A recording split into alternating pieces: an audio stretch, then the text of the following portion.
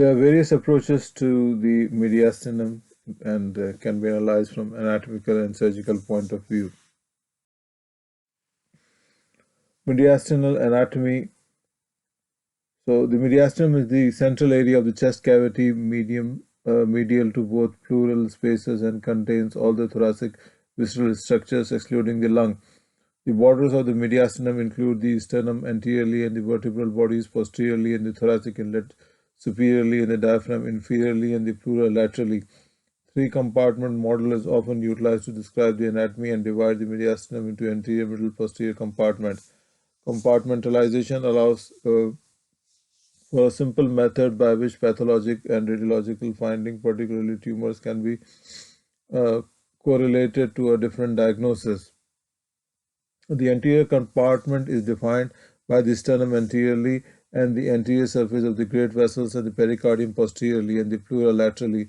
The primary contents of the anterior mediastinum include the thymus, lymph nodes, and the internal mammary arteries. And when the thyroid pathology is present, it may arise from the anterior mediastinum. The medial mediastinum is bounded posteriorly by the anterior surface of the thoracic spine.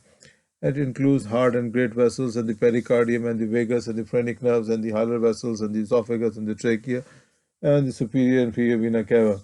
The posterior mediastinum is a potential space that lies posterior to the spine, and this space contains the sympathetic chain and ganglia as well as the proximal intercostal neurovascular bundles and the neurogenic tumors present here.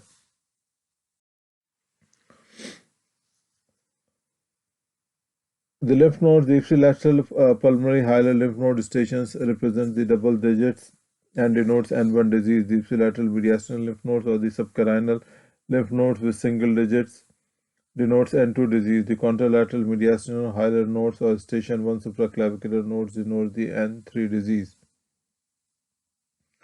Mediastinal nodes include highest mediastinal lymph node above the innominate vein, and they can be low cervical, supraclavicular, or sternal notch. Upper paratracheal nodes 2R and L above the aortic arch and below the superior margin of the innominate vein. Prevascular and retrotracheal nodes and the prevascular node anterior to SVC and denoted as 3A, and retrotracheal nodes and denoted 3P. A lower paratracheal node below the superior margin of the aortic arch and above the level of the carina. And the subaortic and aortopulmonary lymph node and the lateral to the ligamentum arteriosum between the aorta and the left pulmonary artery. The para-aortic nodes anterior and lateral to the ascending aorta and the aortic arch. The subcarinal nodes below the tracheal carina and the mediastinum.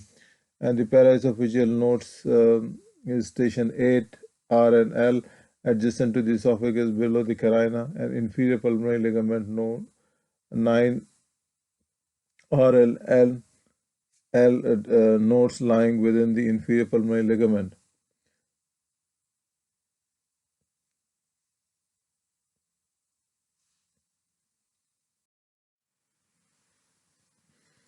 So mediastinal staging is typically not indicated in tumor less than 3 centimeters in stage 1, and in periphery if there is no suspicious lymph node, CT or PET, and the mediastinal staging is indicated if the tumor is more than 3 centimeters centrally located, or if there are enlarged nodes, usually more than 1 centimeters in short axis, or CT or PET.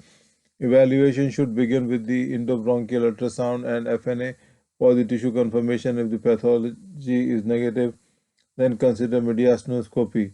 Cervical mediastinoscopy is considered as invasive method of mediastinal staging and most common indication to assess N2 and N3 disease in patients with non-small cell lung cancers. Other indications include tissue diagnosis for mediastinal lymphadenopathy or accessible mediastinal masses. The lymph node station 2R, 2L, 4R, 4L, and 7 are accessible from this approach. The rationale for its use is 5% false negative rate of PET and CT. Mediastinoscopy has sensitivity of 81% with a specificity of 100%, and the preoperatively the history of the previous surgery, median sternotomy and neck surgery, and a radiation should be noted. Additionally, the spine thyroid pathology should be sought, and the CT scan should be reviewed for innominate and aortic arch aneurysm, which are relative contraindication A calcified innominate artery may increase the risk of stroke. The location of the innominate vessels and the general sense of location for the targets can be obtained using this sectional imaging. Major bleeding is the most common and serious complication. It occurs in less than 1% of the cases, and most bleeding can be controlled with packing, hemostasis. Station 4R is the most common site of the major bleeding and is usually due to injury to the azygous vein. Right pulmonary artery and the right bronchial artery must be injured with the dissection of the station 7, and other complications include the recurrent laryngeal nerve injury, and which most commonly occurs near the station 4L, esophageal perforation, pneumothorax, and airway injury. Endobronchial ultrasound.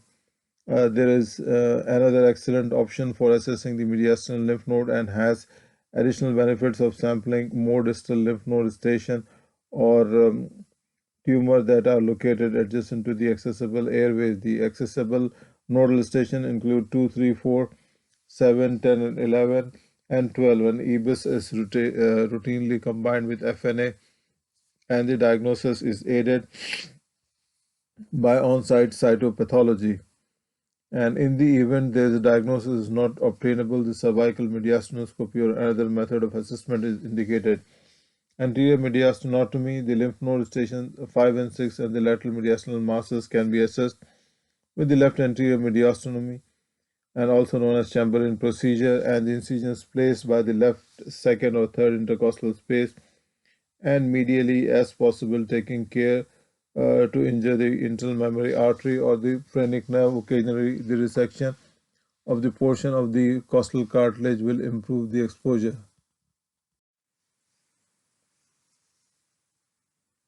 VATS is used more frequently than anterior mediastinatomy for the evaluation of the station 5 and 6 nodes, and may also be used for some anterior and posterior mediastinal tumor resection.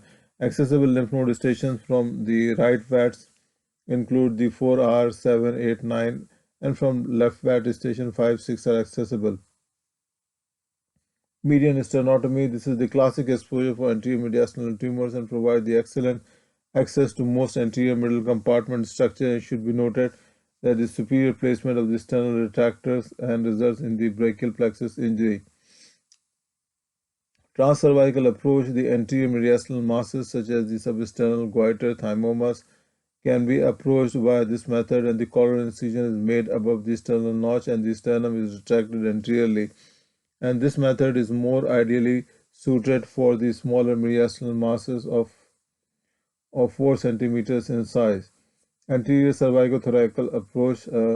Dartweiss approach. The anterior cervicothoracical approach is used for the radical resection of the superior sulcus tumor invading thoracic inlet. The approach gives the full exposure to the neck and the thoracic inlet and the upper part of the anterolateral chest wall. And this approach is performed through the anterior L-shaped cervicotomy incision, and the superior portion of the incision courses the anterior border of the sternocleidomastoid muscle to the manubrium and then extends out laterally inferior to the clavicle, and the sternocleidomastoid is dissected from the clavicle and reflected as the myocutaneous flap. The transsternal approach, Massiswaga approach, the anterior approach combines with the supraclavicular incision, superior partial sternotomy, and the left anterior thoracotomy at the fourth intercostal space.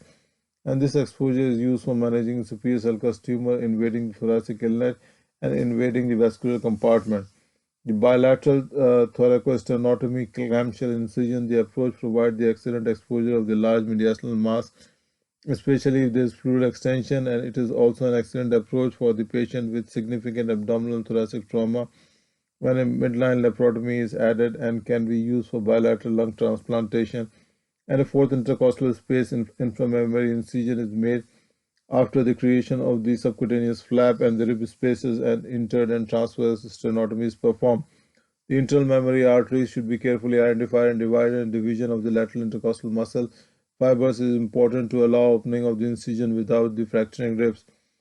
Unilateral thoracosternotomy or hemiclamshell. This exposure is used for the anterior pancreas tumors and the large thymomas with lateral extension and some neurogenic tumor arising from the proximal brachial plexus, and this approach requires a partial upper sternal split and the anterior thoracotomy, usually in the fourth intercostal space. Thank you very much. Hope you have liked this video. If there's any comments, then please let me know.